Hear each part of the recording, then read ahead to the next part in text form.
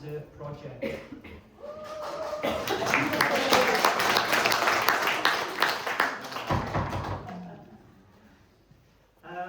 First, I'd like to invite Jill Scott up to give us a caveat.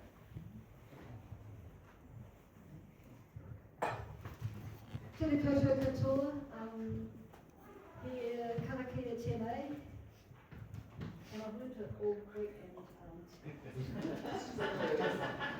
Speak up, woman. Whakataka hau ki te uru, whakataka hau ki te tonga. He mākina kina ki uta, he ngā taratara ki tai. E hi ahi ana te atakura, he te o, he huka, he hauhu, te kei moriora.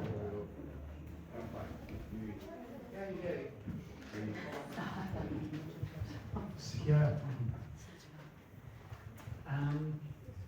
First, I'd like to do some acknowledgements. Firstly, to our funders, Central Otago District Council, Central Lakes Trust, Creative NZ, and it's all good. Nobody's looking.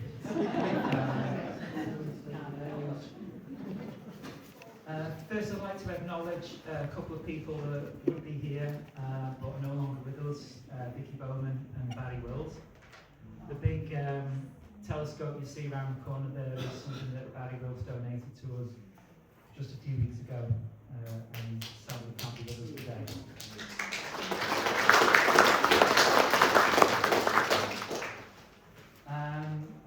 A huge thank you to our Central Otago Dark Sky team, including Paula Stevenson, Jill Scott, Christina Saunders, Darryl Jones, Ali McGraw. They've all done incredible work over this last, well, some 12 hours, some 24 hours, some 48 hours, so thank you to all of you. Anytime. Yeah, and Alyssa from Central App for all the wonderful marketing you must have seen, which has brought you all to fill this room today. Thank you. The WInterstellar trustees, Leslie Van Gelder, Paul LeComte, and Monique Kelly. Danny Molan has had to dart off. It's his wife's birthday, so we forgive him. We've also got Stephen Pam Butler here. Steve's the chair of the Aoraki Mackenzie Dark Sky Reserve. So welcome, Steve, wherever you are. Down the back. Ah, right. Cheers. And of course our speakers. We've got Charlotte Harding, who is the coordinator of Wairarapa Dark Sky Reserve, hanging out at the back there. The Island Stars team from Taiwan, who are interspersed amongst you somewhere. Professor Brian Boyle, who you should all be familiar with. So you'll see more of them later.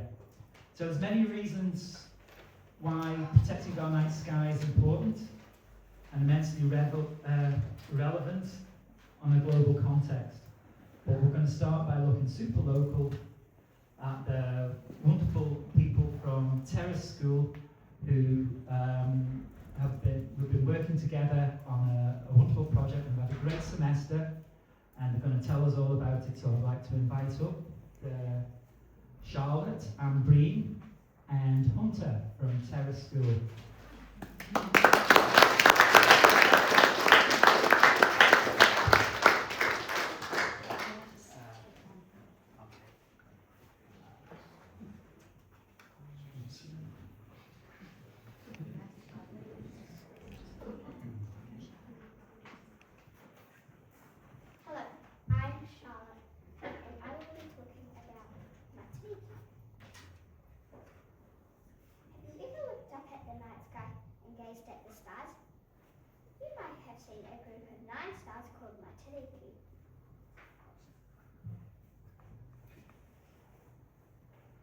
Charitable is also the name for the Māori you use.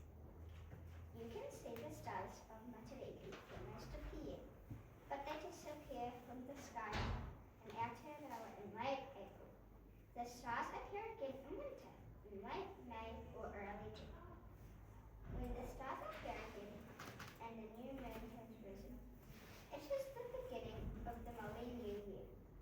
much to celebrate.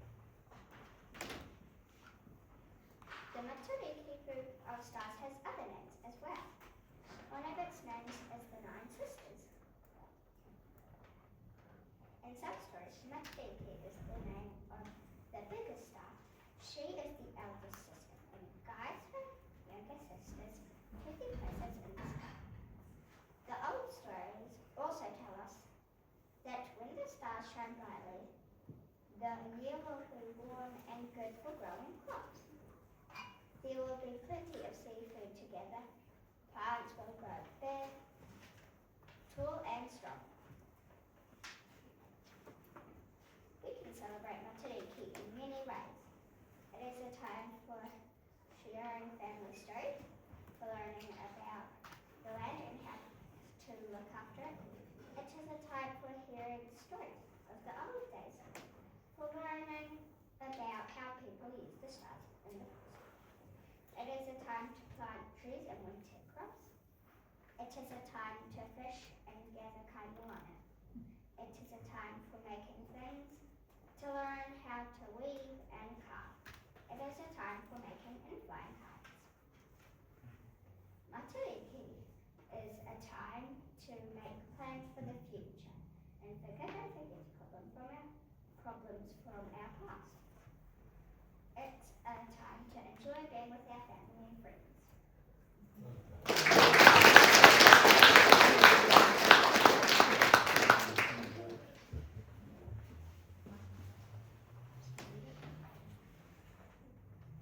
Hello, my name is Hunter Mason. This term, our classes have been looking up at the night sky. We've been learning about how the Earth, Moon, and Sun, and stars all work together. And trust me, it's way cooler than you think. To kick things off, we had to learn the order of the 8 planets in our solar system. To help us remember, we learned this cool thing. My very excited mother just served us noodles. Mercury, Venus, Earth, Mars, Jupiter, Saturn, Uranus, Neptune. We even pretended to be real estate agents and had branches and sell property on different planets. Personally, I wouldn't recommend buying a house on Neptune. Any day we came to speak to us about the night sky. We found that the Earth is actually tilted on its axis as we orbit the Sun. This tilt means different parts of Earth get more or less direct sunlight, which is exactly what causes our seasons changing, temperatures, and daylight lengths. We also track the Moon. The Moon doesn't make its own light, it reflects the sun's light. As it orbits over a 29.5 day cycle, it appears to change shape from a tiny crescent moon to a big full moon, waxing and waning in a regular pattern. We connected this to the Maramatakau, which is a traditional Māori lunar calendar used for planting and fishing based on the moon and stars. But the absolute best part of our term is going on Tekpo Camp.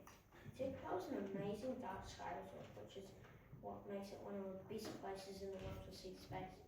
We got to visit the Mount John Observatory. We looked at massive telescopes. We also went stargazing at the Tekpo Springs, which was unbelievable. Standing up there looking through the massive telescopes made us realise how tiny we are in the Milky Way galaxy. Looking up at the clear night sky, we could see thousands of stars, constellations, and distant nebulae. Felt like we were looking through a real lifestyle chart. Thank you for listening.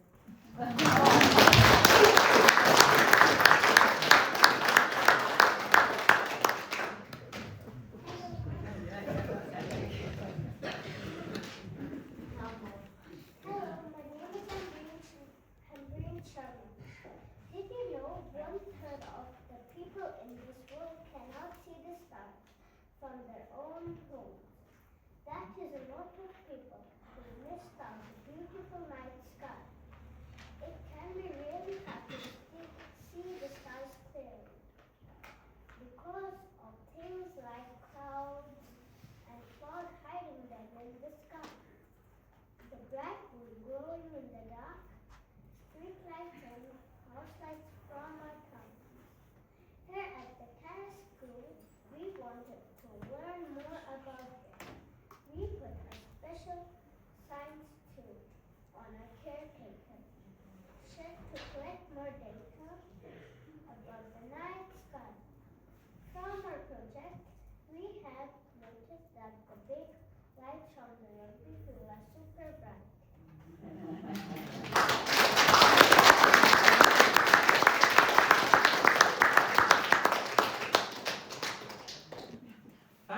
very much, Ambreen, Charlotte, and Hunter. That was awesome. Would it be possible to ask you to, I mean, since I went and spent 4 hours speaking to you the other morning, would it be possible for you to help me answer some questions for the audience? Because I want to tell them what an aurora is. Can we do that? Can you remember what we did? Yeah? Okay. So, Charlotte.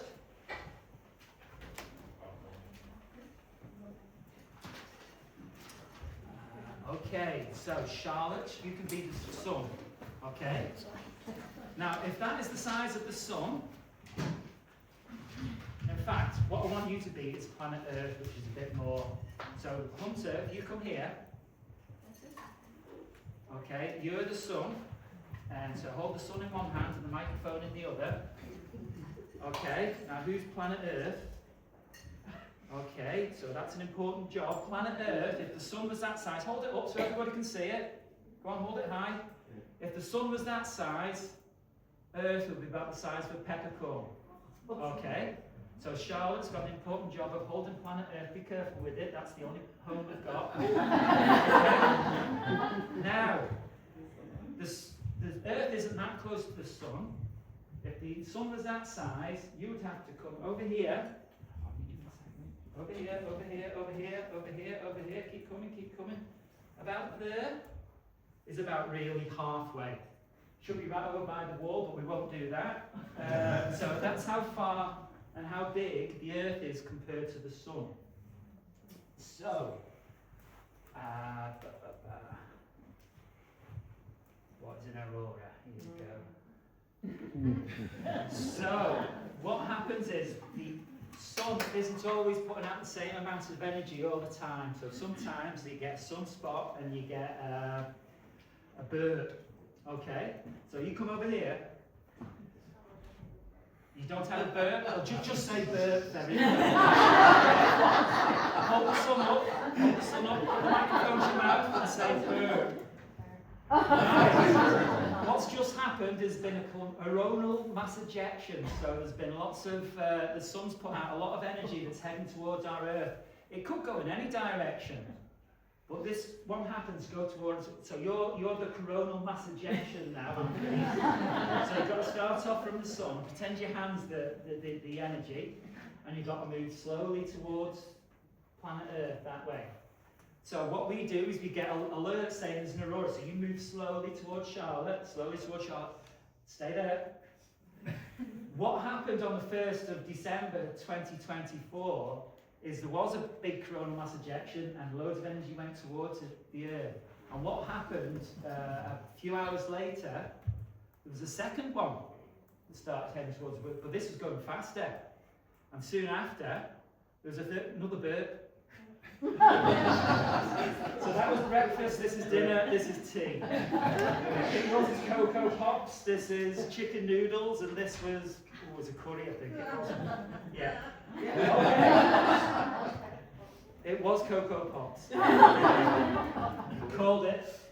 Okay, so as the first one gets close to the Earth, what it does is we've got an iron core, so we've got a big magnetic field around us. So the first one actually started peeling back the magnetic core, we get a small aurora. And then the second one came through after the first one had cleared the way, and it was bigger then. And then we got a third one come through, and now that was huge. So what I'm trying to show you is Earth is small and far away compared to the sun, but also predicting auroras. You can make the predictions, but for these things to hit our little peppercorn many miles away is random, so they're not always correct. So thank you very much, Terrestrial, for your demonstrations there. And yes, so that's an aurora. Do I have anything else to say about that? I have to remind myself. Oh yes, the colours. The colours, so when that energy hits the high atmosphere, you get a different colours depending on the different gases. So, round of applause again for the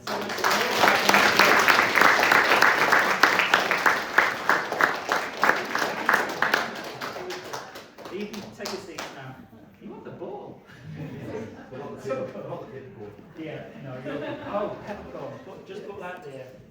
I'll have that with your tea tomorrow. Andy, question? Question, yes? You talked about them travelling different speeds. Do you know what's the average speed of a solar flare coming to Earth? I haven't a clue. I think it takes sometimes 2 or 3 days, doesn't it? So how far is it? Fortunately, we do have a professor of astrophysics. So can I hand that question over to Brian? We're 150 million kilometres from the sun, and normally it takes 2 days to get here. You can You finish can do that the off. math. So 75 million kilometres a day, or it could be 3 kilometres an hour. 3 million kilometres an hour. There you go. There you go. Was no more questions? Just a few. Yeah. So we made this for them. I'll print that off here for you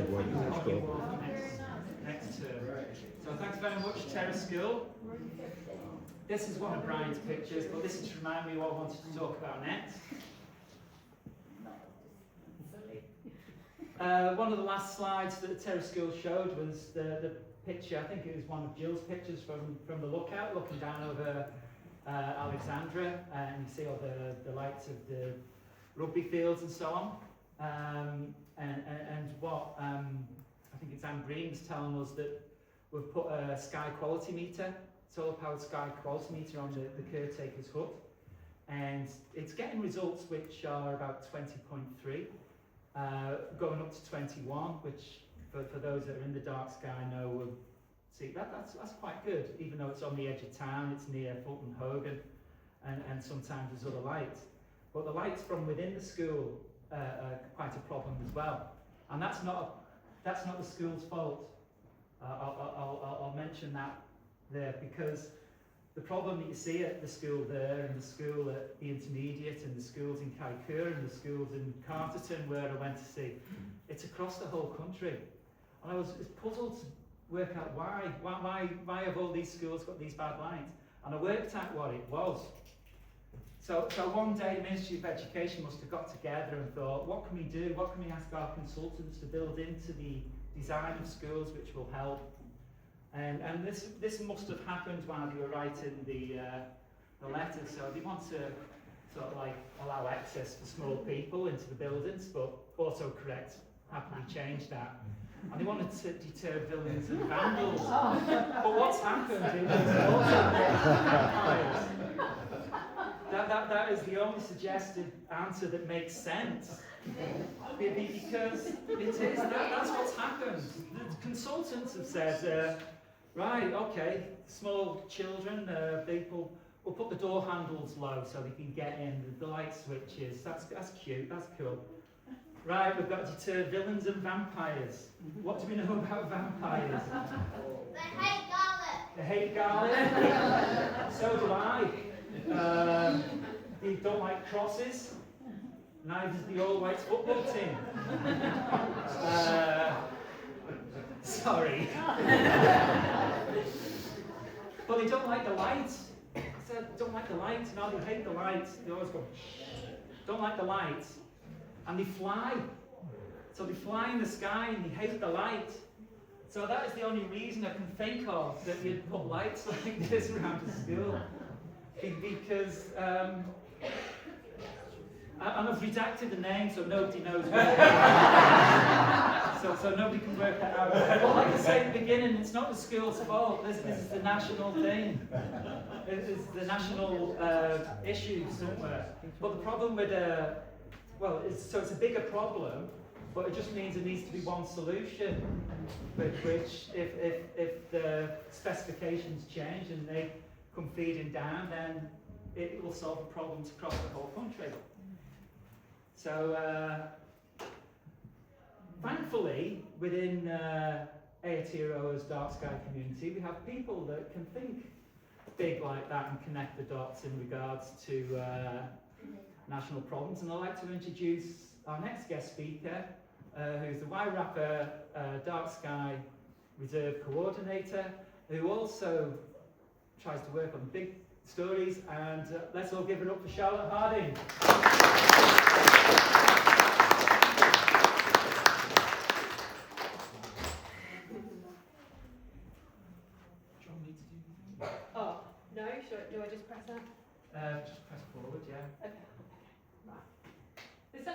super special that happens when people come together to protect, advocate and promote the dark sky. A constellation is formed of incredible humans. I've spent 24 hours now in Alexandria and I've had the pleasure of hanging out with some of the stars in your constellation that are doing just that. And the energy in that little group of people, and I haven't met them all, and I'm sure tonight I'm going to meet more, it's infectious. So do be warned, because by the end of tonight you're all going to be signed up to something incredibly special and be actively involved to be part of something that is truly special. So as Andy has said, I'm Charlotte Harding, and I come from the constellation of the Wairarapa Dark Sky Reserve. And I have been invited here, and thank you so much for inviting me, to share a little bit about our journey, because we've been there, we've learnt a lot, where we are now, where we're heading, and as Andy's mentioned, some of the big sky ideas, like eradicating the challenges of vampires that are entailed when you get involved in a journey like this. So, sorry, I meant to do this before I started, because that speaks to what I've just said. Good things are only possible if we do it together. A project like a Dark Sky Reserve is no mean feat, and it takes a constellation of absolute superstars. So the journey we've been on in the Wairarapa, our origin story is quite different. When I met Andy a couple of years back, the conversation started about origin story, and he asked me ours. And I tell it this way. So one of our founding members had been down to Tekpo, had been writing a story and came back. And then he's at home, he's having dinner. I like to suggest they've gone outside, it's a clear night, they're drinking a glass of Pinot Noir, and they're looking up, as we do, and thinking, should we be protecting this? This is, you know, the same sky, in essence. And that is how the Wairarapa Dark Sky Reserve came to be. This group of people, and that went out to the community, and it was pitched out to Martinborough to become a dark sky village.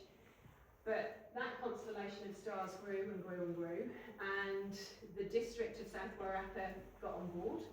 Neighbouring district, Carterton district, thought we'd like a piece of that, and so did neighbours Masterton. But then this founding group that was quite small decided that that was quite a beast, and over the period of time and some of the process, cut it back, decided to continue on with the accreditation process for South Wairarapa and Carterton, and pause Masterton. It took us 6 years, slow glacial progress, group of humans. You have spurts, a bit like the aurora, you have spurts of energy, and lots happens, and then it drifts and wanes because it's a lot of work. But we got there, and in 2023 we were accredited as the second Dark Sky Reserve in New Zealand, the first one in North Island, and it's been an interesting journey since, which I'll go into shortly. But we are then agreed with Dark Sky International that we would extend to Masterton, and we are currently in the extension process, which I'll go into afterwards. But then when you get to accreditation, you've spent so much time getting to the place. We had to go, right, what do we, like, let's reassess, what do we do now? And now our main role is to protect and maintain the reserve and educate around change.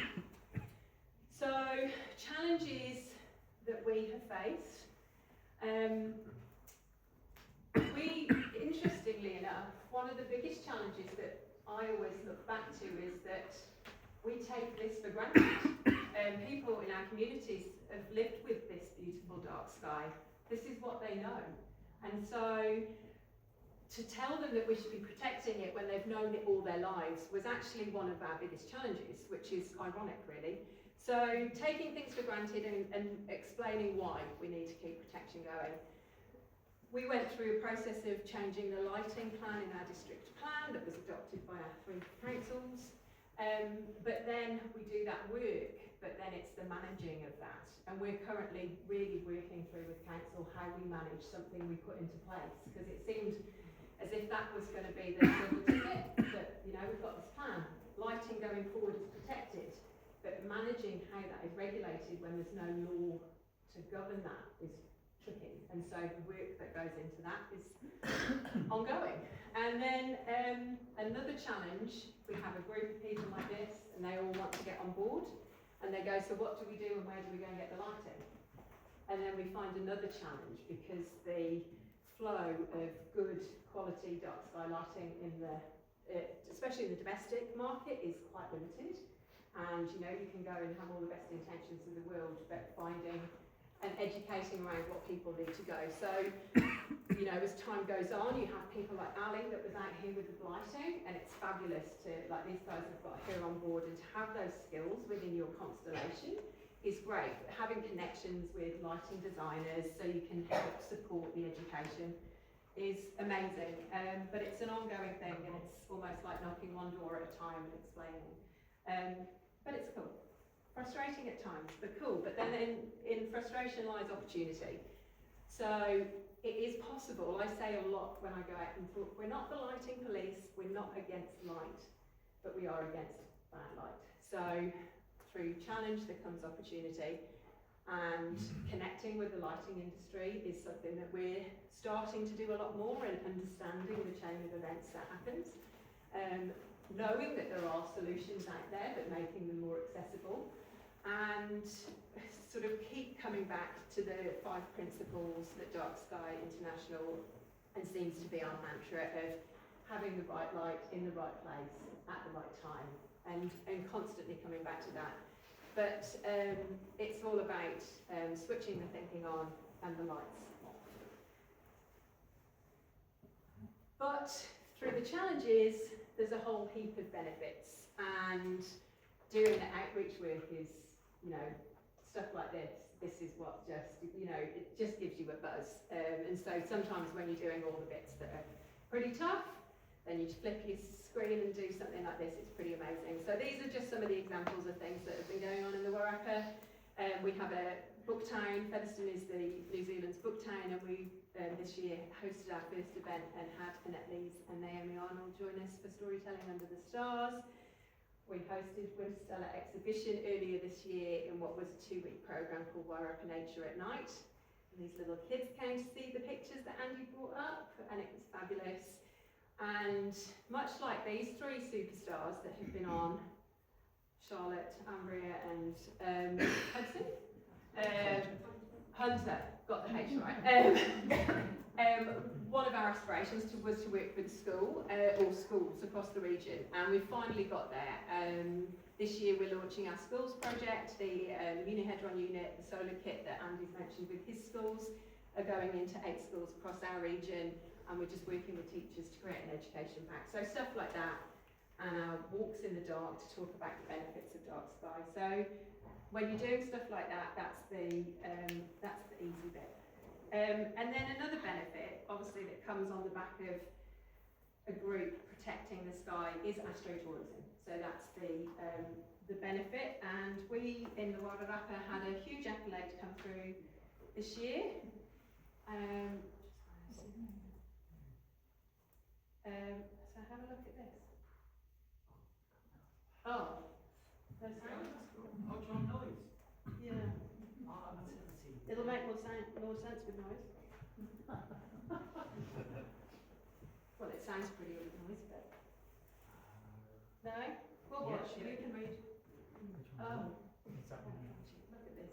Old people. 25 must do and count. When you wish upon a star, it makes a difference where you are. It's certainly made all the difference to Lonely Planet, the trusted and undisputed travel guide leaders. For over 50 years, Lonely Planet guides to thousands of experiences have been taken as gospel. But every year, Lonely Planet narrows those experiences down to just 25. 25 must-do encounters that stand on the shoulders of all others to take their place in an elite collection known as simply Best in Travel. This year, stargazing in the Wairarapa is one of them. The Wairarapa Dark Sky Reserve is an incredible sight and a lifelong memory. The stars here are said by some to burn brighter than any other location on Earth, and yet you're barely an hour away from Wellington. Take a step outside and simply gaze at your celestial ceiling, or take a guided tour with a local expert. It is literally out of this world. As Lonely Planet goes on to describe, the stars of the Wairarapa are not only in the skies, they also shine bright in the towns, the villages, and especially in the vineyards.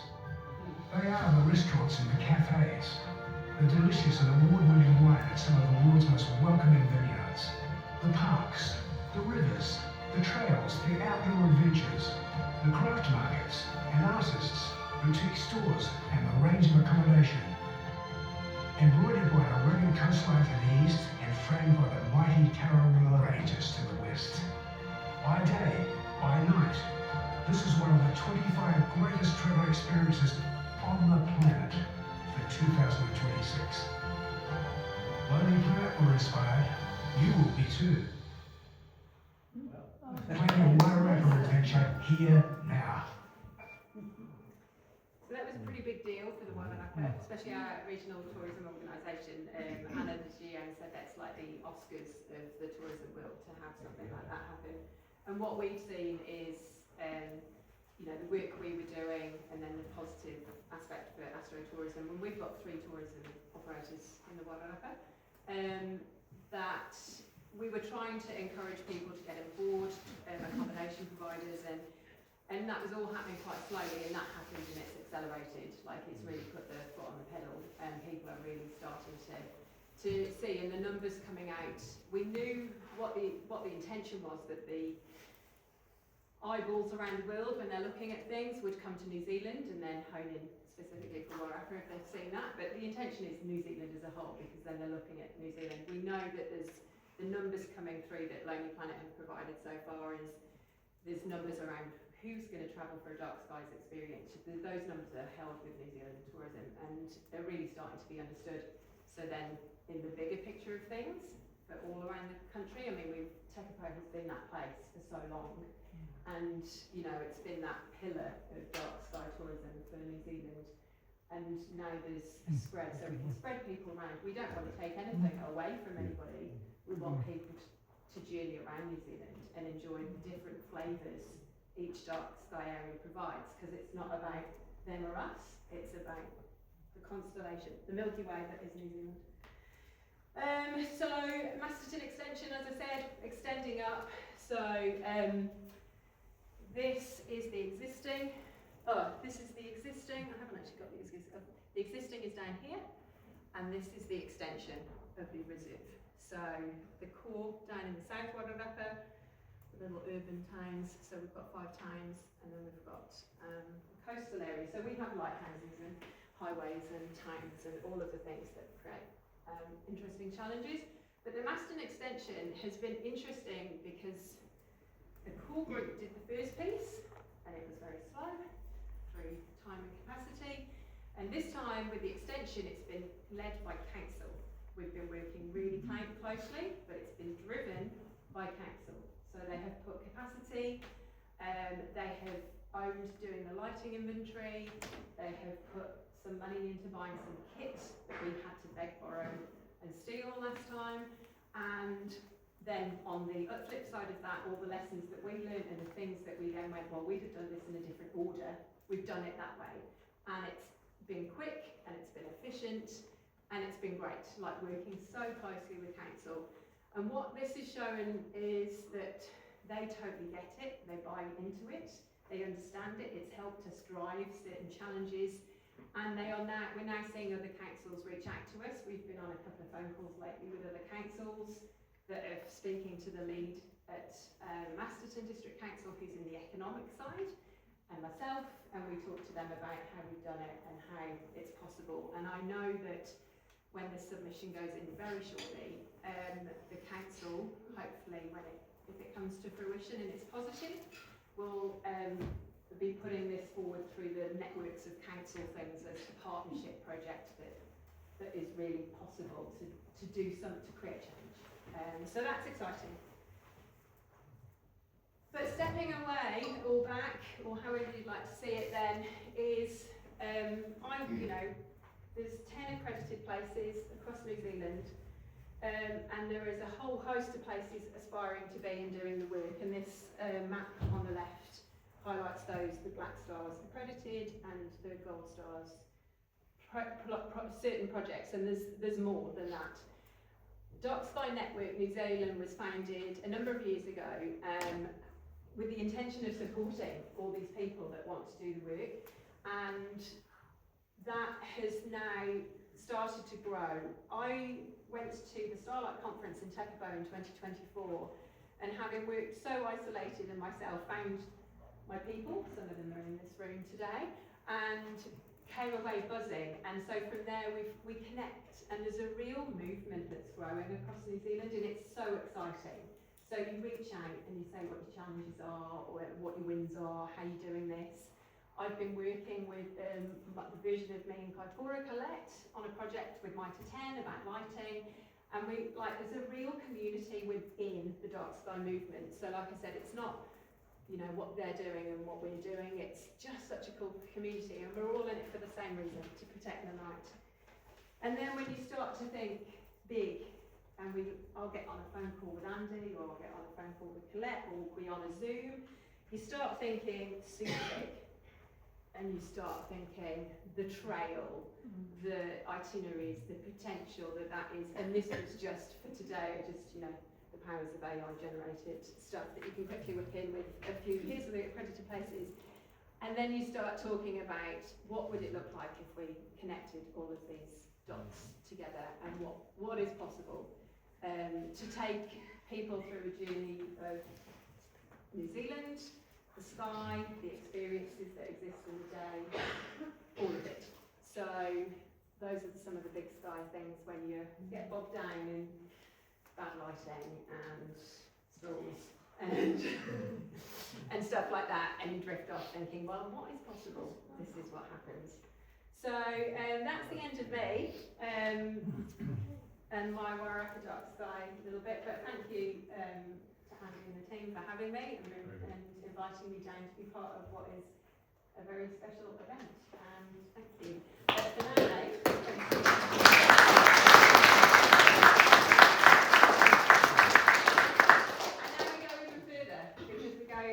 outside of New Zealand, and the Island Stars team from Taiwan are now going to take the stage. So welcome, team. Could I just ask you, Sure. the solar lighting, you've took me people to go outside on things or in the garden. What's it when you take the stage? We don't particularly like them because they tend to be on all night, the solar lights. Yeah. So, it's an interesting one. So solar comes up a lot. We tend to again, it's that it's on a constant. So light that's constant isn't cool.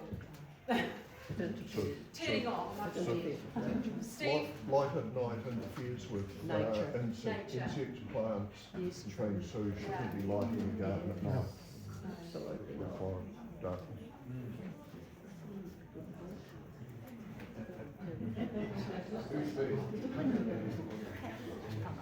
Hello everybody, and good evening. My name is Xuan.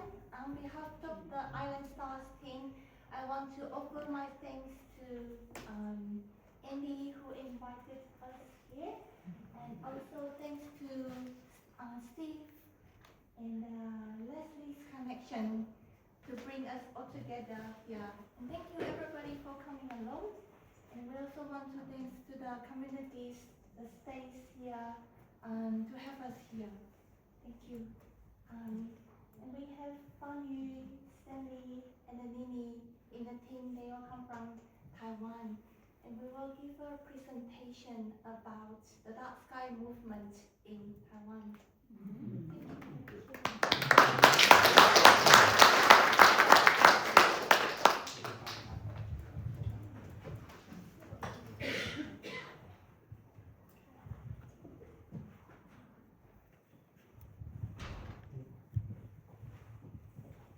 Hello everyone.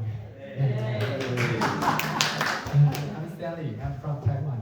And I'm very so glad to here to celebrate the Milky festival, yes, with you, yes, because we don't have this kind of festival in Taiwan. So if I'm in Taiwan, I have to go to the office. Yeah. Okay. And first question to start. Who have been to Taiwan? No. Okay. Okay. Let me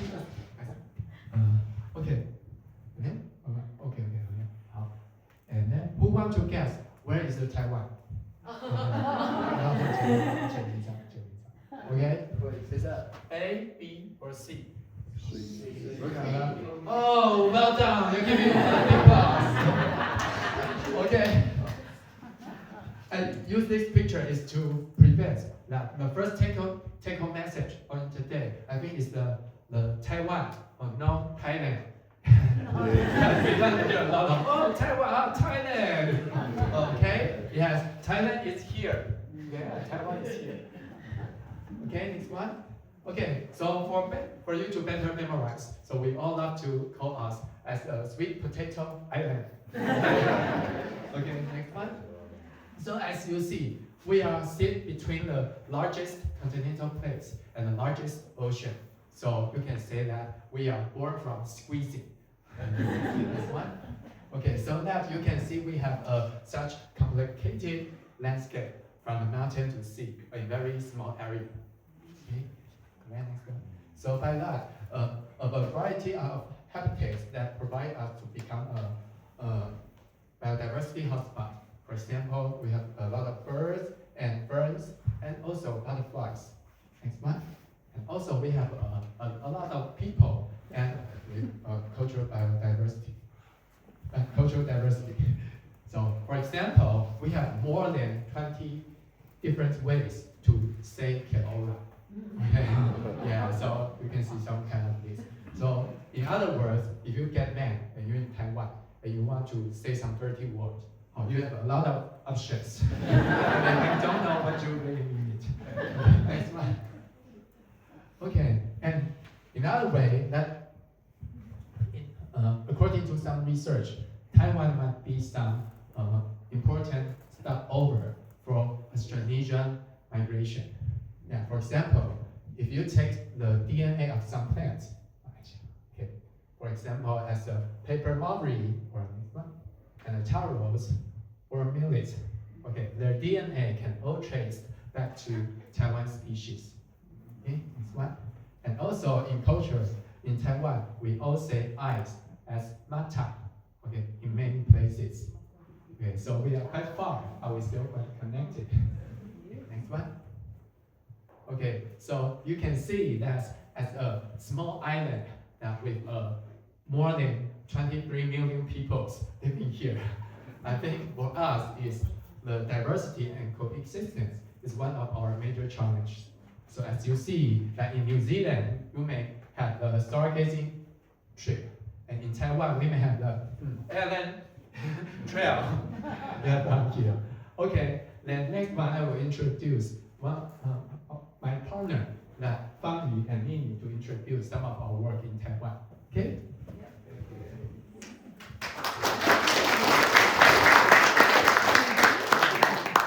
Hello everyone, my name is Mimi. I'm from Taiwan and this is Fang Yu.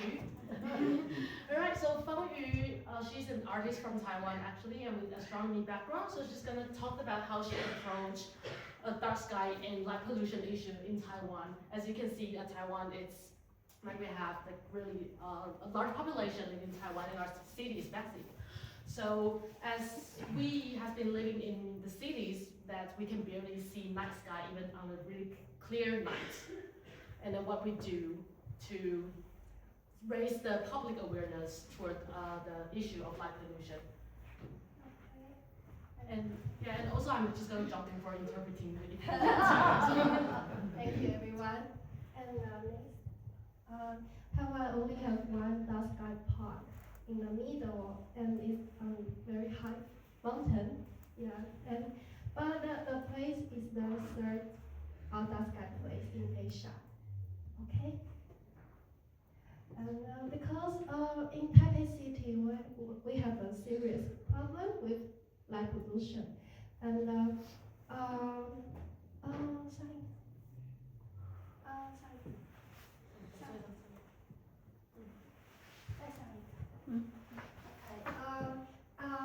Kaohsiung here is my hometown, and I study the university in Taipei City. And so when I go to Taipei, I found there I cannot see any star anymore. So when I think think of what kind of artwork I want to do. The 第一个想法 The first thought was her, 就是处理光害。 yeah, is to address the light pollution from artificial street lights in Taiwan. Yeah, so you can see we work with a light designer and use the machine to observatory many artificial light in our city. Okay, next. Okay.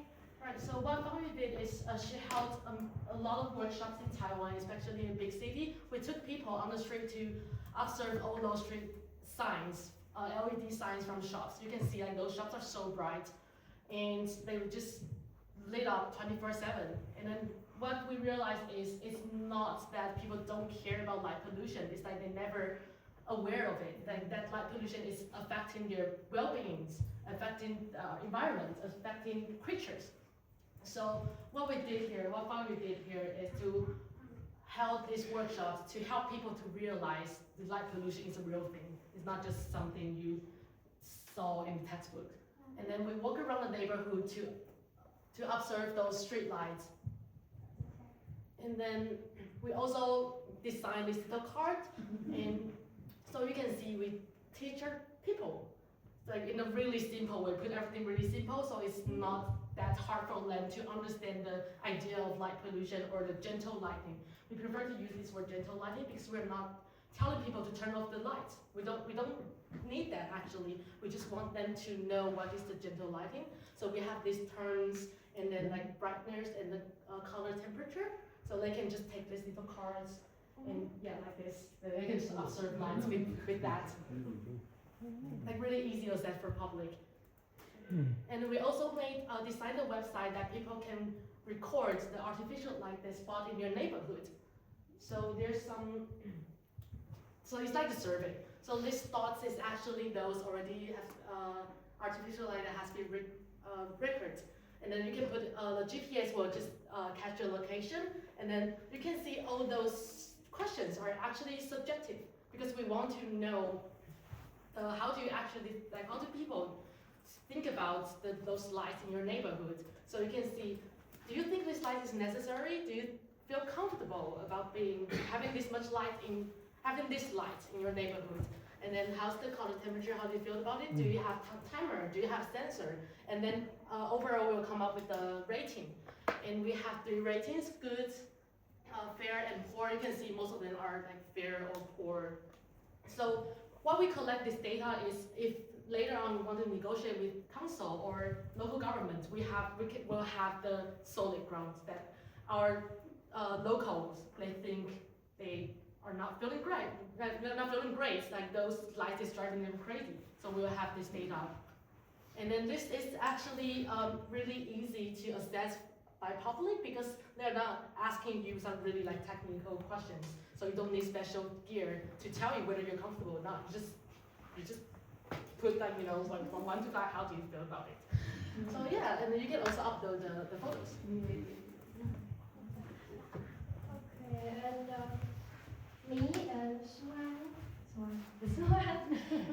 used to work with Taiwan Dark Sky Association, and at that time, Swan wrote a book, a handbook about gentle light, and the book inspired me a lot. Yes, and after the next year, we hold about 10 workshops in Taipei City and invite people to observe the artificial light in our city because we cannot see the star, so we just see the light and make people think of the artificial light and why we need so many artificial light. You can see, light is more than our trees. And next one, and these photos all shot at the same park, and we used 2 hours to travel the park and see every light, and like this very blue cold color and one straight up but different color, we don't know why, and the light in the tree. So many people participate. Feedback is they they didn't think of this light before, but after they joined our workshop, they start to think of this light. What this light used to do? 这些灯装在那里之外。What's the usage for this light being set up at the place? Yeah. Okay. And people, they photo the light and write about their feeling about the light. Maybe the light is very good or the light is very bad, and just let people just think of the light. So that's a real feedback from the public, from the local people. And we hold an exhibition to invite more people to watch this project. Okay. Oh, this is the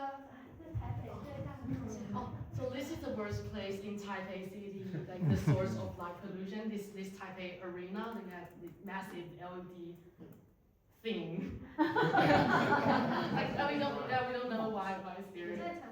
So it has been like, reported by local people, by neighborhoods. It's like it's too bright, they can't rest well. So Fang Yu, I mentioned Fang Yu is an artist, but she also used performative art to address light pollution, this issue. So that really bright thing is the light we use on fish boats. So this is so bright that used to collect fish.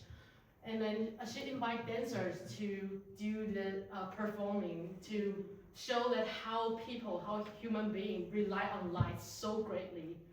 And then how bright the light is depends on the noises around. So they have this noise meter, the sensors, and then when the noise went off, the light also became brighter.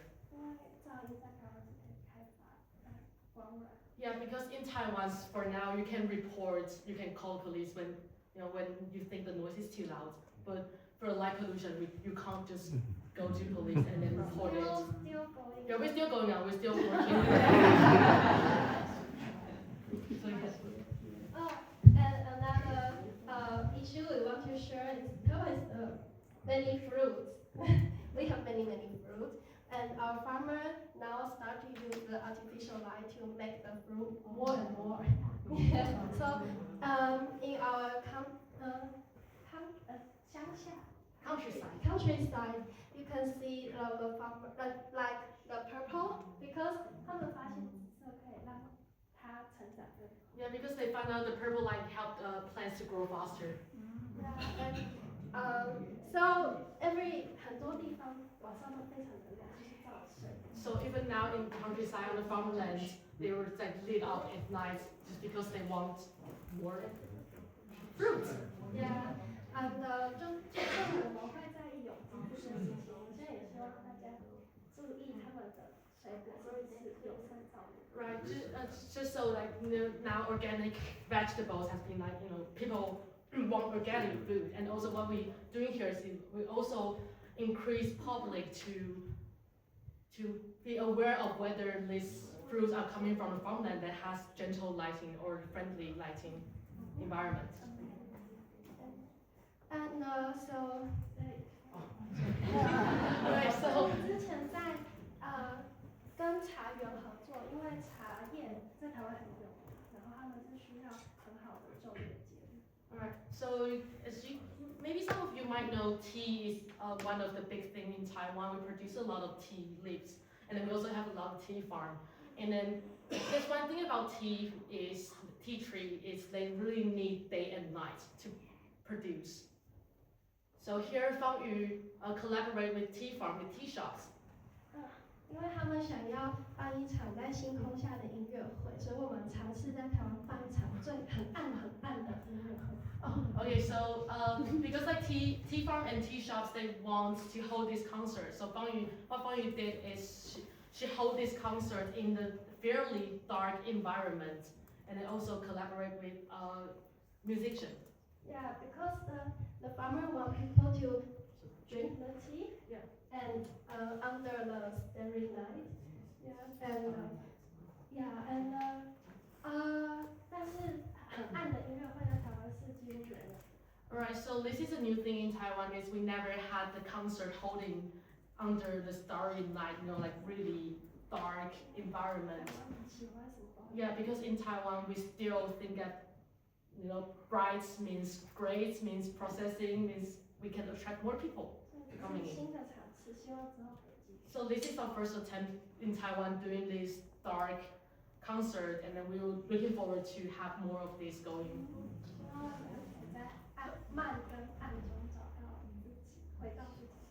Right, so we're just hoping everyone can feel comfortable in the dark and then slow down to, and also reconnect with themselves, with the environment, and with people around them, and then with what's going on at the moment.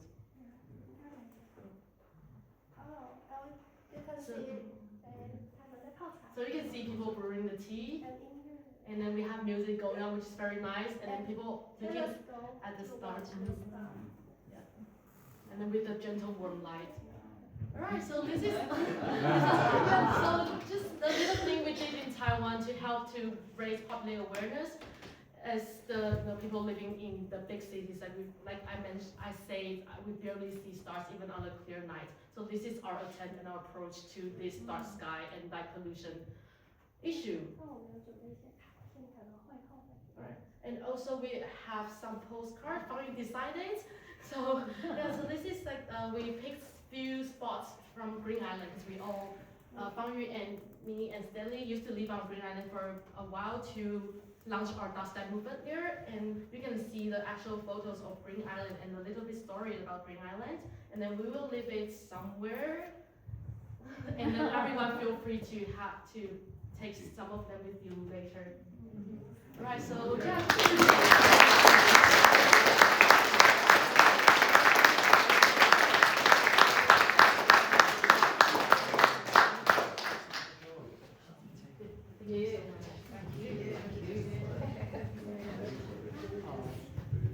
Well, thank you very much. That was awesome. And yeah, so as you can see, this is not just a local initiative. It's international, and you know the health benefits, as was mentioned there, really important to everybody on the planet. It's my great pleasure to introduce our next speaker, Professor Brian Boyle, who has been a friend, a chair, patron of WInterstellar since 2021 or something like that. So yeah, please give it up for Professor Brian Boyle.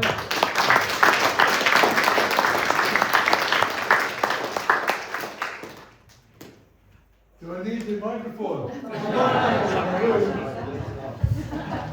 You may absorb all my applause. Thank you very much.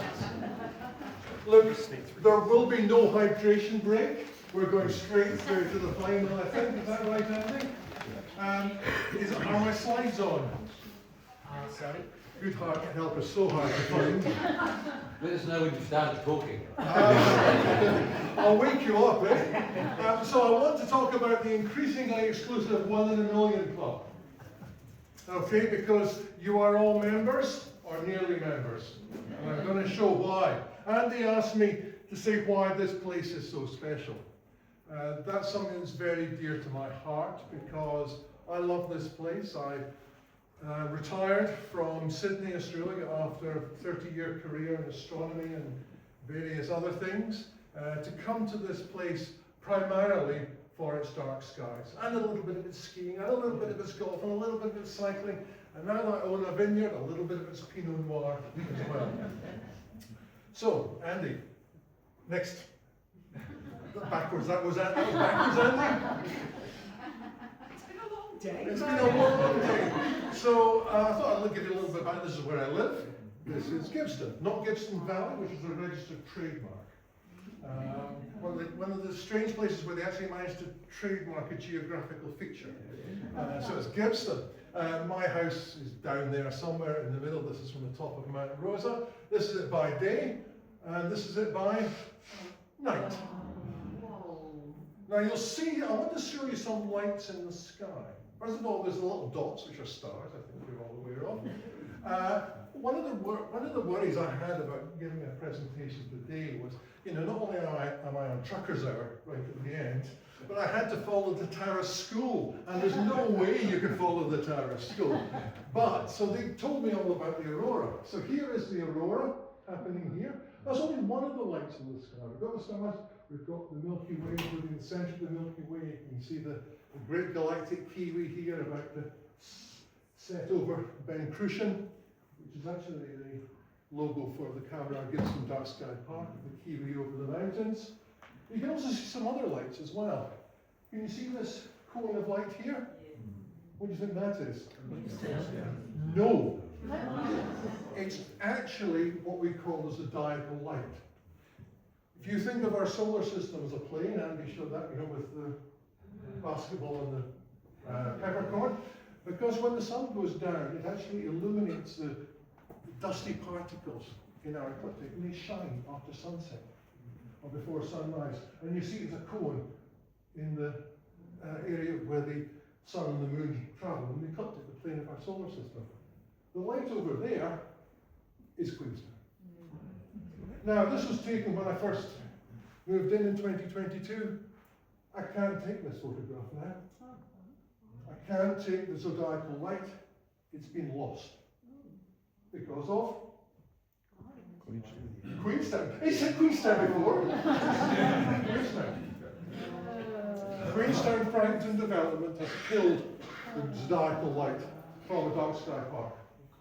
I'm sorry, I wanted to be all rainbows and unicorns, but life's not like that. Next one. And here's the kiwi landing over the mountains above the church in Gibson. Next one, Andy. Oh, keep going. I may have given you the wrong slide. Keep going. Now, we've looked a lot at satellite maps. This is actually the map for night sky brightness that I use. It's a map created by Falchi and co-workers, and it's created every year, has been created every year for the last 15 years. It doesn't show you what the lights are from space, because that's essentially looking down. This actually models what the night sky brightness is when you're underneath it. That is what it means for us. And so anything here that is green or red or white means that the Milky Way, visibility of the Milky Way, is seriously degraded. You can't see the Milky Way. Black or grey and some of the darker colours of blue are where, black and grey is where there's virtually no light pollution. Blue is where only an astronomer would be able to pick it out, and the light blue is where just general public will start seeing impact on the Milky Way. So we know the stories. Taiwan's up here, and of course we live in this glorious part of the world down here. Next one, Andy. So I think you can tell New Zealand, the South Island of New Zealand, and you can put the outline on it. But you can work out Dunedin, Queenstown, Cromwell, Alexandra, and Wanaka, Invercargill down here next. So, if you ask yourself, what's our special place on the world? Let's draw 5,000 kilometre radius circles around the two geomagnetic poles. Why would I not do that? Because that's a metric for measuring the strength of the aurora. So this is where you can see the aurora most frequently from. Of course, all these boundaries are fuzzy, they don't use a hard boundary, but this gives you an idea. And of course, the remarkable thing about this is that even though Patagonia is closer to the South Pole than South Island, New Zealand, it's actually not closer to the geomagnetic pole around which the auroras are concentrated. So we get to see more aurorae than Patagonia. In fact, look how much of the world's land surface can actually see the aurora australis. Vanishingly small. Next, Andy. If you also then see in which parts of the globe is the central parts of the Milky Way, the great galactic kiwi, the big bulge in the Milky Way where the star fields are at their richest, ask where those two intersect, where you can see both the aurora regularly and where you can see the centre of our Milky Way galaxy. Add to that, of course, the clouds of Magellan, our nearest galaxy neighbours. The actual amount of the world's land surface is about 0.1%. South Island, New Zealand. 0.1%. And if you were to ask any sort of astrotourism person what their big three are, centre of the Milky Way galaxy, aurora, and the Magellanic Clouds. So South Island, New Zealand, and Wairarapa, and to be honest, the whole of New Zealand, a little bit less aurora, but hey, diverse, as Charlotte said, diversity is a really important thing. To focus on our dark sky parks, 0.1%. If you don't think you live in a special place before this, we are a very, very special place on the planet.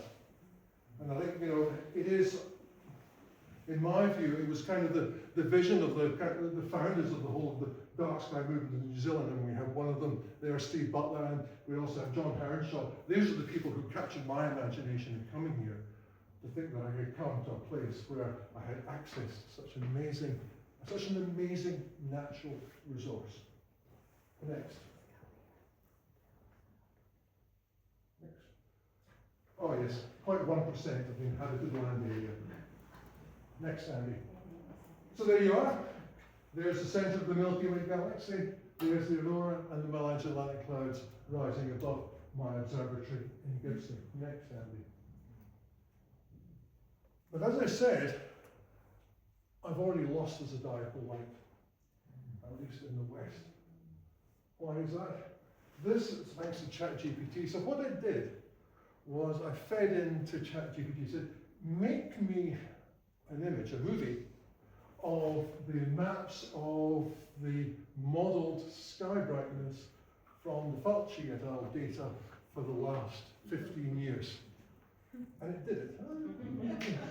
So remember, everything that is blue, you're starting to see the impact on the night sky. Green, seriously degraded. Yellow, very degraded. So centre of Alexandra, centre of Cromwell, centre of Queenstown. That was 14 years ago. Where's your place? Sorry. What? Now you watch it growing. Can you see that? Yeah. So my place is here. I'm right on the boundary now of the Queenstown light dome. And that's, so those light domes have grown by about, they've doubled, in fact, over the last 10 years. Which is consistent with the observation that night sky brightness around the globe has doubled over the same period. So we see 50% less stars than we did 10 years ago. And it's not happening somewhere else, it's happening here. Go back, Andy, if you can. So, you know, development is understandable. Development, I live on developed land. Development is, you know, can be a positive thing for a community, so long as it's sustainable. So you look at some of the recent, I've been involved in with the Sustainable Terrace Group on the Bendigo Ophir mine. If you were to essentially see what the light dome from the Bendigo Ophir mine, if they were to use the same lights as McRae's, they're about a mine of the same scale. Essentially, they're producing as much, you know, the same amount of gold per year as McRae's. That would be the light dome. So you take Cromwell and put it there. You managed to tell the fast track panel that? It's in the, you will see it's in the report, in the expert panel report that's gone through to the fast track panel. I can't say much more than that because I've got to be very careful about what I say. You know, you've also got, of course, the growth of the ski field in Central Otago, because the fast track proposal is also looking at the Doolan's extension as well, which has. Have you ever looked at Coronet Peak at night? Well, it's not nice. It's actually snowmaking. Is the big challenge there, because they have big lights on poles, and the worst thing is mobile vehicles at night for dark sky, because you know it's certainly not low color temperature lights, because they're designed to have high color temperature to keep people awake. The very thing that keeps night workers awake is the same thing that destroys ecology and the night sky. And of course, lights on vehicles are not pointed downwards. Can't we? So that's well, so what? Let's keep going. Next one, Andy. So here's an image I took 2 nights ago. Not 2 nights ago, can't be. It must have been 2 weeks ago. The last darker moon. So this is now looking essentially all around my place. This is just a snap. Can you see the light down here and the light down there? What do you think those lights are? Queenstown and Cromwell. Yeah. So and then this is this beautiful part of the world that we have. At the centre of the Milky Way, the Magellanic Clouds, there's even a wee aurora going off down here. You know, it's just fantastic during the auroral maximum. You can take photographs of aurora. Anybody can take a photograph of the aurora, you know, on half an ounce around here. You know, how fantastic is that for not only where we live, but the people that we welcome into our community, who are visitors and guests. But also, of course, this light on down here, that's a cellar door. Who kept the light on for no reason for 2 months, despite a few comments. No, that's not us. No, it's not us. Let's put the lights on. So, when Charlotte said this is a team effort, it absolutely is a team effort. And that team is not just the community that we live in, to get people like that to switch off the light, but it's also our local councils that we need to engage with and say that the development that's happening here is leading to the growth of the light dome. So this is what you're seeing here is the integrated average of all the housing and business development in these cities and towns that we have here. So keep going. So if you ask yourself, go back. So we've established that we live on 0.1% of the world's inhabited landmass, where you potentially can see the centre of the Milky Way, the Magellanic Clouds, and the aurora. How many people live under dark skies in that so they can see it from the backyard? Under unpolluted lights, about 10,000 people in the world. That is, do the maths quickly, there's 8 billion people on the planet. That is almost 1 in a million. So you, the people that live under unpolluted skies, you are 1 in a million. Are you used to your partners telling you that? Well, it's true. And those of you who are not in the 1 in a million club, you don't have to drive very far to be part of that. Although, of course, increasingly you're having to drive further because those light domes are spreading. The worst light dome from Cromwell, of course, is the Ruin Tree development. So another thing that ChatGPT can do is you give it a map and you give it a population map and you say, given that growth, by how much is the 1 in a million club decreasing every year? In Otago, 500 people a year. 500 people out of those 10,000 are starting to have the impact of light pollution, just like me, not being able to see the zodiacal light. And of course, not doing it for myself, but also doing it for the impact on particularly the on the fauna of New Zealand as well, because the actual ecological impact of artificial light now is severe. So if it's just me seeing the zodiacal light, you may say, who cares? But there's also much more impactful things happening as a result of this. So you are the 1 in a million club. Central Otago is, I would say, one of the best places for dark skies on the planet, given not only your existing dark skies and your large areas where it is unpolluted, given your access to the night sky.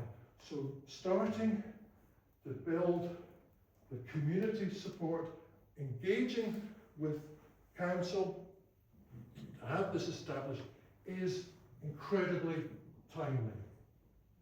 You know, you can't wait. You have to start soon if you want to retain your dark sky. You could not be in a better place on the planet. I think that's about it, Andy. I don't think yeah, so here are some of the members of the 1 in a Million Club. I want to see lots more pictures. This is under the Tower of Gibbston Dark Sky Park. I would love to see the 1 in a Million Club celebrate the Central Otago Dark Sky Reserve in a few years' time. Have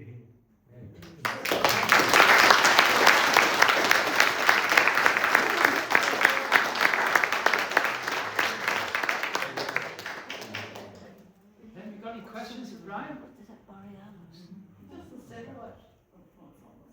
Oh, that's a great question. I get that satellite question a lot. And again, I think it depends on your point of view. Satellites for astrophotographers, you know, things like that, they can be a pest, but you can remove them. And to some extent, the sort of technology that we use to create these images, you know, satellites come hand in hand with that technology development. So you can go, I am not against, again, I'm going to tell you a wee story, hope that's okay. The very worst thing that can happen, and it's kind of a mistake I made plenty of mistakes when I wrote the Tower of Gibbston Dark Sky Park application. One of them was to not do what Charlotte told you to do what Charlotte told you to do, not what I told you to tell you to do, and that is to build a sense of community, because my community, I think, was too small. So I do think that don't do it with too small a community, because it's just impossible. Where was I? You asked about the satellites. I did say, I've lost my train of thought now. Story? A wee story. I was going to tell you a wee story, I was completely blown out of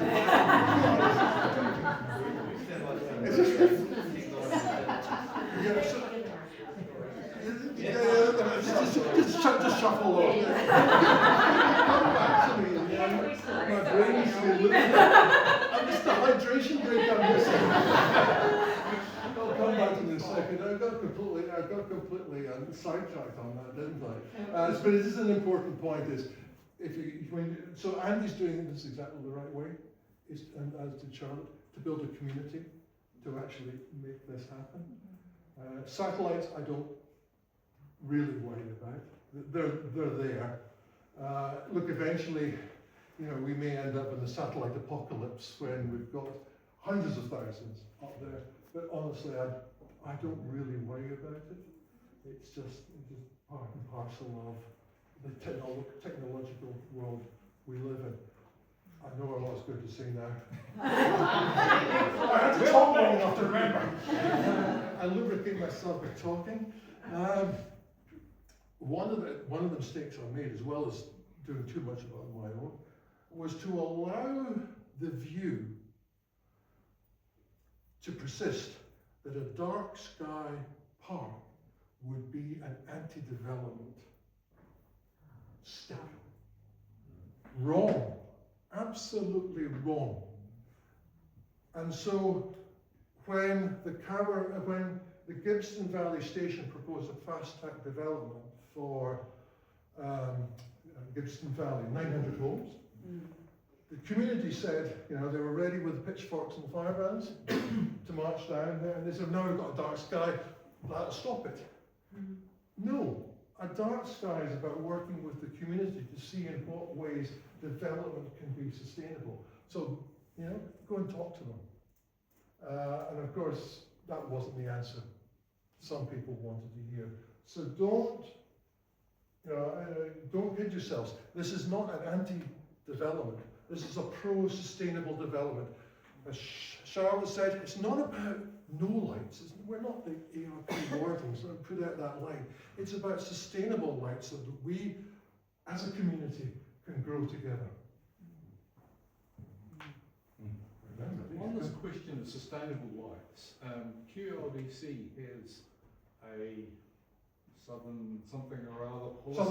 Southern Light, it's called. And there's also a standard, which number I can't remember. S30.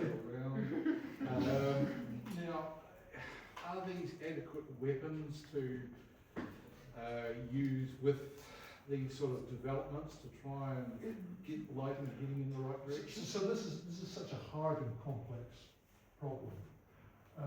So in Gibson, we were really fortunate as well. We actually have in the district plan a line that says lights shall not impact on your neighbour's visibility of the night sky. Fantastic. Oh yeah. I mean, so I take my hat off to the people who developed the policies around that. I think it was some very far-thinking QODC. So they acknowledged it, and of course the whole Gibson character design was started by Alan Brady, planted the first vines there to promote and protect the rural qualities. And of course, the rural qualities required for Pinot Noir are the same for dark sky. Yeah. The challenge here is being able to adequately address and police this in the face of the necessary development that we have to have. I'll show you for an example. So the resource consent for the BP, what I call the BP roundabout at Frampton.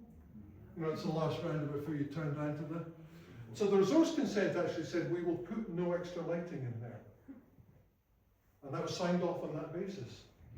I think it was about double the amount of lights. Certainly, I worked it out. The lights are twice as close as they were before.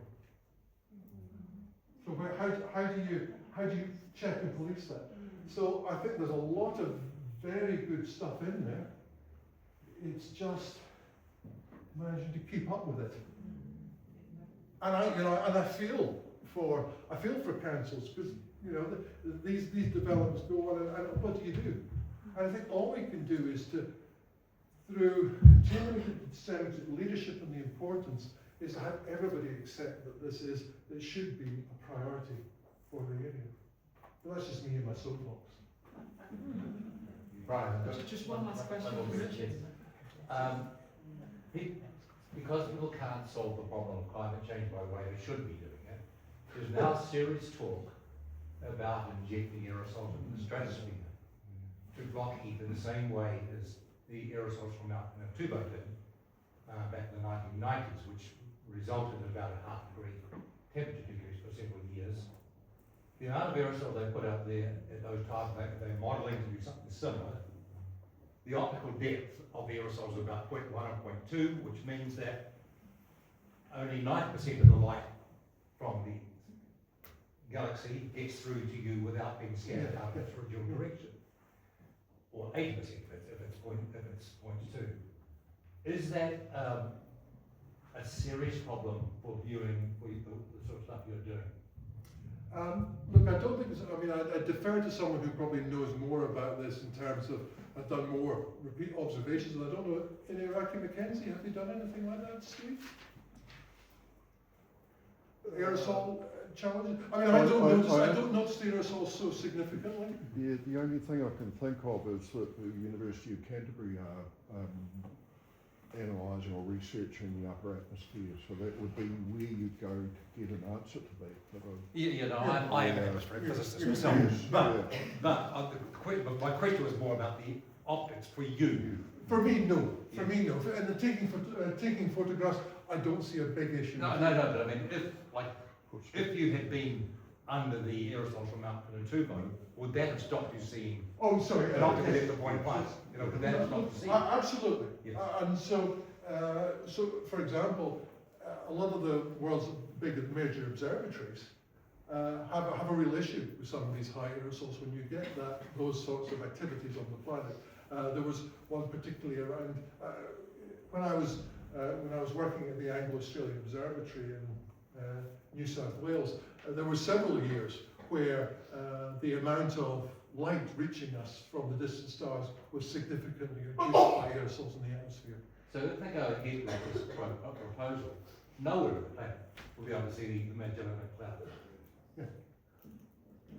Yeah, so I think you're quite right. So I think things like the proposal to put aerosols into the sky is going to be much worse than satellites. I think. Oh, sorry, Steve. If I can just make an observation that scattering of the aerosols that you're concerned about would also reinforce the sky glow impact of ground-based lighting.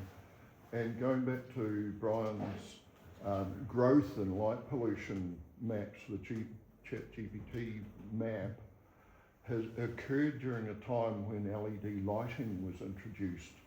So it's not necessarily a population expansion as much as a technology change, which was brought in. The LEDs are much more efficient energy-wise, so they were brought in for the right reasons to reduce our energy consumption, contributing to climate protection, but they've actually turned out to be a very bad solution because they're very blue-rich light, and the blue part of the spectrum scatters more readily in the atmosphere. So you get a worsening of the impact. So now the lighting industry is starting to pull back from those blue-rich LEDs. And so, you know, it was driven for the right reasons, but he ended up with a bad result. Thank you. Thanks, Steve. Thank you very much, Brian.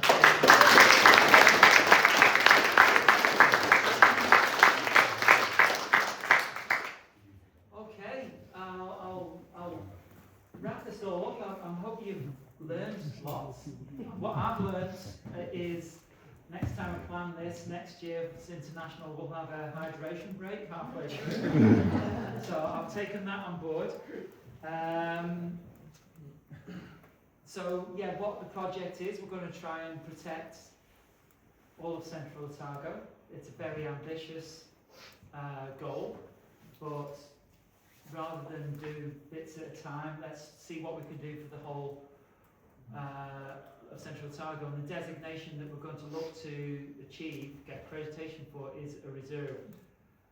Whereas Brian's has got a park in Gippsland, the Galactic team have got a sanctuary up at theirs, it's all wilderness. A reserve is most appropriate for Central Otago, where we look after a core, very similar to Wairarapa, and have a buffer zone around it, which the buffer zone will be hopefully the entirety of Central Otago. This is a basic summary of the reasons why, but I think you've learnt so many more than what I've listed here in the talks that we've had today about the urgency of it, and the importance of it, and the creation of and protecting it for our kids, so these kids from Terrace School and all the other kids can enjoy it in the future, what we have and all the generations that have gone before us have enjoyed.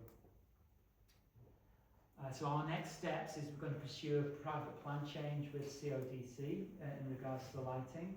We need to raise some funds to do that because we're going to need consultants to go through that process. The whole process should cost us about 40 grand, but we need about 10k to start this process. So we've already raised some already. There's a donation terminal out there for anybody who would like to make a contribution to that. Anything that we receive tonight will go directly towards the fund for Central Otago Dark Sky Reserve. You've all registered through Humanitics, so we do have your email address. I am too lazy to spam you. I'm probably the worst communicators, but you will hear from us about ways that you could help us. And it's our goal to at least get that next stage of the process started before we put our WInterstellar exhibition in here and have an opening on the 21st of August. Now I'd like to introduce you to one of our WInterstellar trustees, Monique Kelly. Monique Kelly is leading this Central Otago Dark Sky Reserve, and she is going to fill in any gaps that we've missed through the evening. So thank you. First and foremost, I just want to really acknowledge all the work that Andy has put into this, because this has been a huge mahi that you have done over the past, not just weeks, but months, to get this together and to get us to this point. So massive thank you so much.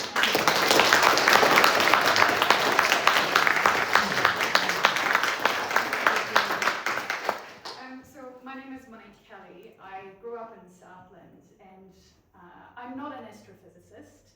I feel like I have less knowledge than the amazing students from Terrace Primary School, and definitely less than Charlotte.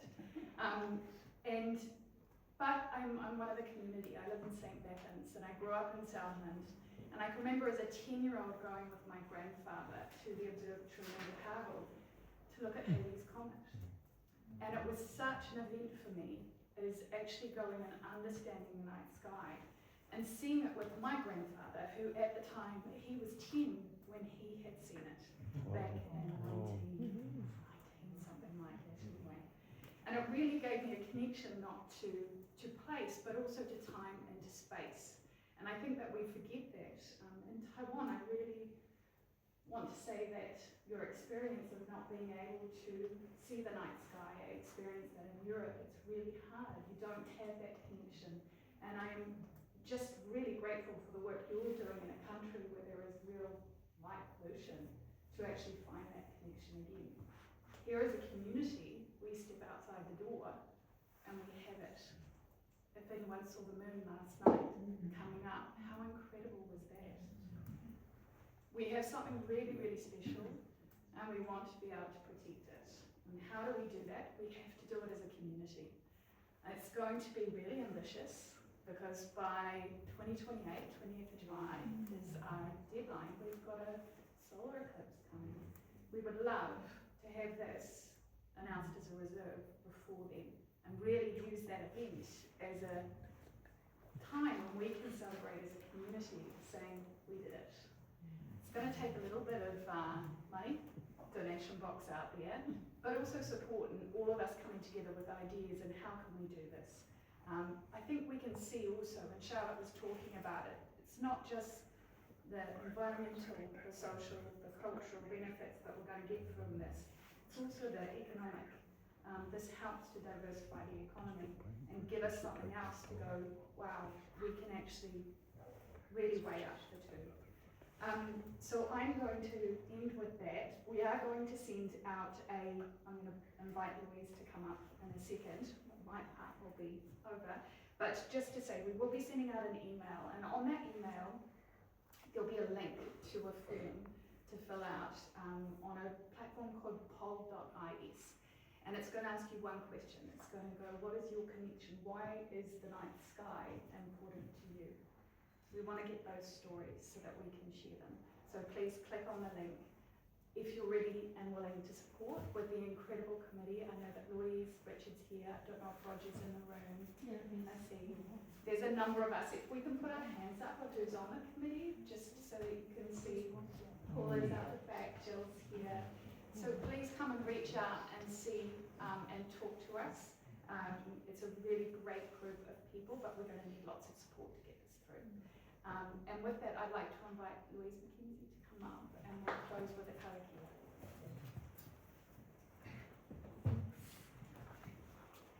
Tēnā ra koutou katoa, tēnā ra koutou nā kai kōrero mō tēnei kaupapa o tēnei rā. Monique did say that I could add in. I did warn her that was dangerous. But I promise I'll keep it to two things.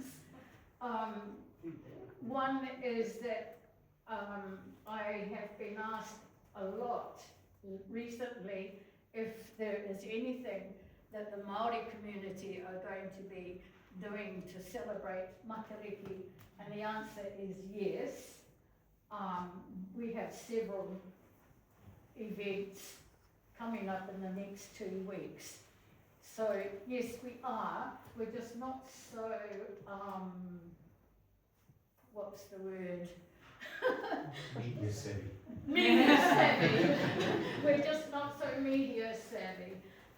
But yes, I can assure you we have several events coming up where we'll be celebrating Matariki in various ways.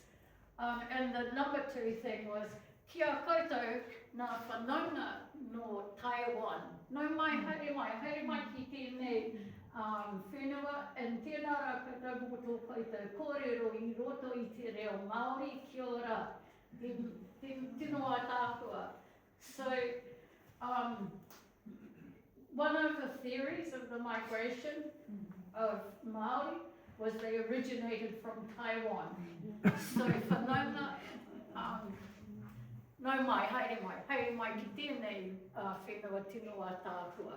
And what I just wish you young people were living here, because, and you have such an interesting perspective on how to go about capturing the imagination of your, whereas we're still thinking in terms of, well, I said this the other night, boffin type academic approaches, but it was so beautiful, and I just wish you people were here, and we would feed off some of your ideas and do things together.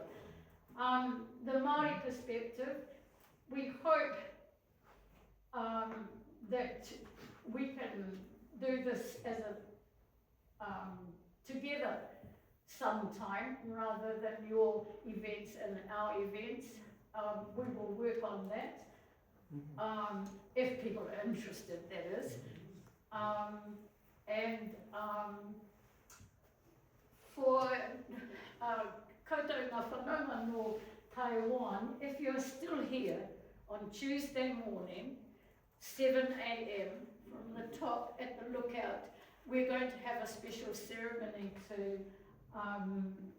to celebrate, or it's not celebrating up there, it's a very, very tapu, sacred ceremony that we're going to have, hautapu. If you're still here, Tuesday, that will be, come and see me, and we'll see if we can,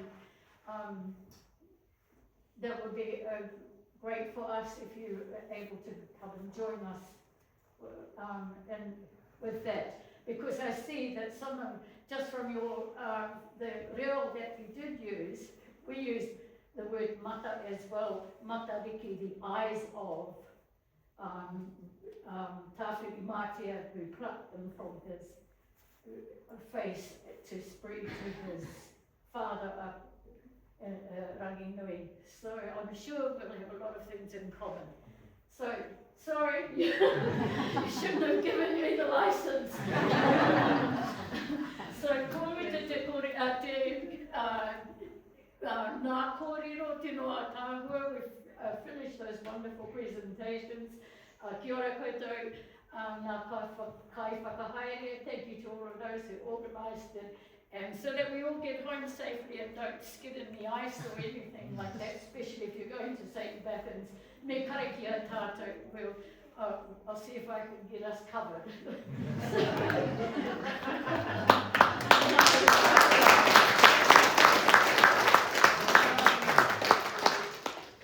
Ko mutu te kōrero mō tēnei tō, e tō, kia koe I o runga rawa I te. Rangi, tia kina mātou, a whina titiro atawhai kia mātou I tēnei wā, kia tau, kia tātou katoa, te atawhai o tātou ariki, a ihu karaiti, āmene. Kia ora. Thank you.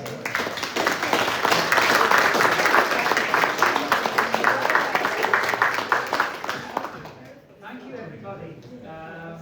See you next year. You'll hear from us. Thank you.